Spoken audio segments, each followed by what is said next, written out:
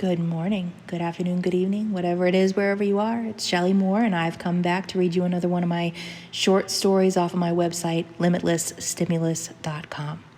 I want to remind you that my stories, my little audiobooks here, are highly unprofessional. This is not something you're going to find on Audible, so don't pick it apart when I screw up. I am just a friend reading to a friend. That's the way I look at these.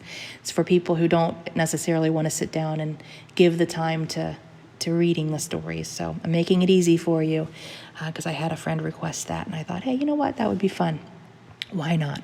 I have the experience way back in my past from when I was in radio, and let's do this. Let's do this thing. So the story I'm going to read you today is called Lady, and this story is a little closer to my heart than the others because I did infuse a few, I would say maybe familial truths from my past. I put a few family memories in there. So it's close. It's close to the old heart. It's not as horror-ish as my other stories are, so I don't want you to think you're about to read something that's going to get your nerves all shattered. It's more of, I guess, maybe suspenseful with kind of dances on the line of horror. And with that unprofessional disclaimer, I'm going to take a drink of my coffee here and get right to it. Again, the story is called Lady, and it's written by myself, Shelly Moore, and can be found on my website, limitlessstimulus.com. In the large backyard of the house I grew up in, hanging from a massive cottonwood tree, is a handmade wooden swing that seats 3 quite comfortably, 4 uncomfortably. Its color is primarily white, but my favorite thing about this swing are the numerous chips and nicks throughout from its decades of use by 4 generations of the Pittman family and friends. The rainbow-colored grooves were caused by things like children's Easter baskets, bottles of cold beer, pocket knives, and other such objects in back pockets as they pushed through the many layers of paint that had accumulated over the swing's lifetime, making its surface just ever so slightly soft enough to bruise and reveal little peeks into its cherished history. I picked at a nick on the handrail, flecking a small piece of white paint aside to reveal a grassy green color beneath. Grassy green had been hand-painted by my grandmother, Eliza Lady Pittman, who had become the family matriarch just shy of her 41st birthday. She loved to sit on the swing, smoke just a hit or two from her tiny little marijuana pipe that fit easily down into a lipstick case that she kept in her purse at all times, and she loved to watch the passing traffic. The Pittman house sat down in a valley with trees surrounding all sides of the 4-acre property. Much of the yard was a bit offset from the back of the house and to its left a bit, as if someone had bumped the artist's hand as he created the property lines on official papers. The road the house sat on was commonly used, but I wouldn't jump as far as saying it's a busy one. It all depends on the season, the time of day, and what's going on in the city just 10 miles south. If there's a big sports game or a big-name band in town, traffic could get a bit stopped up because it was the main route to the highway which took you into town. And that's when people watching was at its best for Lady. 6 children between the ages of 10 and 13 months were inside the house, likely coloring on walls or shaving dolls' hair off or any number of things that Lady preferred not to think about while she was sitting out on her swing, far enough removed so the kids wouldn't see her when they looked out, and she'd have a second's notice if one of them came out the front door because of the noisy metal storm door. It squeaked wildly on its rusty hinges as it opened and slammed shut with enough force to amputate a finger, or so the eldest joked with her youngest siblings. This was Lady's spot. This was where my spectacular grandmother would hide from the world, if only temporarily, smoke a fat bowl, people watch, and remember what it felt like to be free. We buried that way beyond her years wonderful woman 6 feet underground today.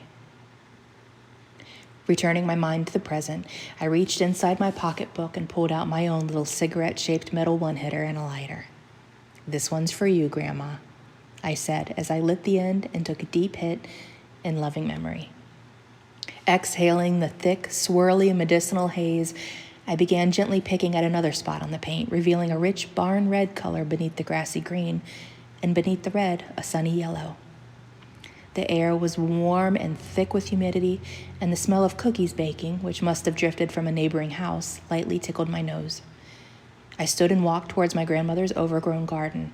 I cleared away a few large branches that must have fallen during a storm from the trees above it, and then dropped to my knees and began to break off small twigs of rosemary and basil, which were still doing quite well, although the garden hadn't been tended to this year, nor the last, by my grandmother's loving hands. "Darcy, go pick yourself some of those little tomatoes over there and shove your pockets full. Grandma grows those just for you, you know." I can clearly remember her saying that to me more times than I can count as she would in the garden, bottom planted right in the dirt with her wide-brimmed sun hat and her gardening gloves that were pink on one side and floral on the other. I smiled as I picked up some pineapple sage and added it to the collection I had been stashing within the front pocket of my hooded sweatshirt. "Smell this, Darce. Smells like pineapple. Can you believe it? One of the ladies down at the farmers market told me this. How fascinating, right?" she asked of then 15-year-old me. "Pretty cool," I had replied, rolling my eyes as teenagers who don't yet realize the precious value of a moment do. "Makes me wonder if I dry it out and burn it, if it'll have the same effect as my white sage does, Will it help clear my house of the bad energy? Will it send the demons away smelling like a pina colada on a warm summer day?" She laughed to herself. Suddenly, I heard the unmistakable sound of brakes screeching to a sudden halt from about 20 yards behind me through the trees where the road curved slightly. The sound of brakes was nearly as common as that of leaves rustling on trees or bird song in this area because of the curve in the roadway. Every once in a great while, the sound of brakes would be followed by metal scraping and crunching into more metal. The sound of the front bumper of some unfortunate bastard's speeding vehicle suddenly making contact with the metal guardrail which separated the road from my family's property for this very reason. This time, it was the latter. The crunch was loud and a bit bone-jarring. I brought my hands up to cover my ears and turned around in the direction of the noise, and then it was like time stopped. No, it didn't stop. It slowed down. It slowed way down. Something hit my neck. The wind had been knocked out of me. Then something hit me from behind, and I fell hard to the ground. I woke up a few moments later to the sound of police sirens and people yelling over top of one another. I heard one man tell another to go grab the jaws of life for an extrication. The bottoms of the tree leaves and pine needles above me flashed red and blue. At first, I felt nothing, and when I say that, I mean it. It wasn't that I didn't feel any pain. Well, I didn't feel pain, so really it's a bit accurate either way, but it was that I couldn't feel anything at all. It was almost as if it had taken my mind an extra moment to reconnect with my body when I came back from unconsciousness. Then suddenly the pain in my neck was excruciating. Something had hit my neck with such force that it must have broken it. I realized pretty quickly I was unable to move my body from the neck down. My mind told my hand to rise to my neck as a reflex to inspect the damage, but my arm would not reply. I tried the other arm with the same result. I could move my eyes. I looked around. About 10 feet away, resting at the base of a tree, was a metal hubcap. A few feet away, near the base of another tree, laid a rubber car tire. I tried calling out for help, but had no voice. When I tried to form words in my mouth and push them forth from my vocal cords, I'd hear and feel only the gurgle of thick blood. Tears fell from the corners of my eyes, wetting my temples and hairline. I could hear emergency services shouting their orders, but they could not hear me. They were just beyond the trees. If I could just get their attention, somehow. "Darcy, come on now, darling." I swear I heard my grandmother's voice call to me, but it couldn't be. I looked around. Red and blue, flashing lights on the tree limbs and leaves rustling in the wind. The sun was setting. I was hallucinating. I must have suffered a head injury. I needed help. I was a stone's throw from dozens of people, but no one knew to look for me. I was finding it more and more difficult to breathe. I tried to calm myself so that I could think clearly. I needed to get someone's attention, but I quickly grew exasperated and desperately emotional when I realized the only motion I was capable of making was with my tear-filled eyes. "Darcy, pumpkin." I heard again, as if she were just beside me. My eyes darted to my left and then right. I thought, maybe I'm hearing one of the first responders out searching for the wreckage, and because I have a brain injury, my mind is hallucinating that it's my grandmother. I cried harder, but took solace in the fact that although I had an apparent brain injury, I was still able to think rationally. The fact that I felt as if I were breathing through a clogged coffee stirrer was definitely more concerning. Mine. A low, deep growl said from my right. The voice sounded as if it were shouted from the depths of a hollow cavern filled with screams of tormented prisoners. The breath that uttered the breathy word was hotter than the late summer sun and smelled of decay and rot. My body began to convulse, but my mind, although overwhelmed by both confusion and terror, was still fairly sharp. I felt another warm, moist exhale on my cheek, and my body shuddered in direct response. I wheezed deeply, gasping for air. Mine soon. Very, very soon, the creature whispered into my ear. My body convulsed harder. I couldn't get the air in. I was dying. Darcy, quit playing. My grandmother's playful voice admonished, but things had gone dark. The curtains had fallen, and the show was nearly over. The sound around me was fading, as if someone had their hand on the universal remote's volume button. Then it was as if someone had laid a blanket of peace over me, and I stopped fighting. I felt no pain. I felt no fear. I knew my body was being ravaged by convulsions, the same way that I now know that a man who had made the decision to shoot heroin into his veins after leaving his son's soccer game 20 minutes ago had lost control coming around that bend, thereby smashing into a mother of two in the opposite lane head-on. The man was pronounced dead on the scene. The mother survived with minimal physical injuries, but the emotional injuries of losing her two young children, just 4 and 13 months, would be a scar she would never recover from.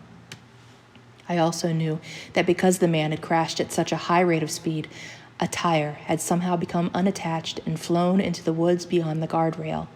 Subsequently, the hubcap separated, subjecting an innocent bystander, which happened to be myself, to 2 traumatic injuries. The hubcap had been the weapon in the first injury, catching me with its edge just enough to slice into and sever my esophagus, and with enough force to break a few vertebrae. A fraction of a second later, the second blow came. The shredded rubber tire smashed into my back as I was turning toward the noise of the crash with such force it nearly severed my body into 2 just below the rib cage. Enough of this now, my grandmother's voice said. Like the snap of a rubber band, without so much as time for a passing thought, I was back in my body. My eyes were open, and I was looking directly into the darkened eyes of a beast I can only use what words I have in my relatively decent grasp of the English language to describe.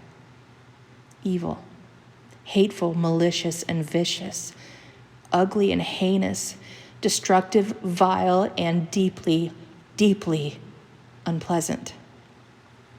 Its mouth was on my own, and its long, bony, claw-like hands held either side of my face as it hovered just inches above my mangled body. I could feel its pull. I felt as if my skin were being ripped from the muscle, as if my fingernails were being plucked from their tender grooves and my teeth from their sockets, and a rake of rusted nails were being dragged slowly down every nerve on my body. It felt like fire. It felt like ice. There are no real words, however, in the English language to adequately describe the pain.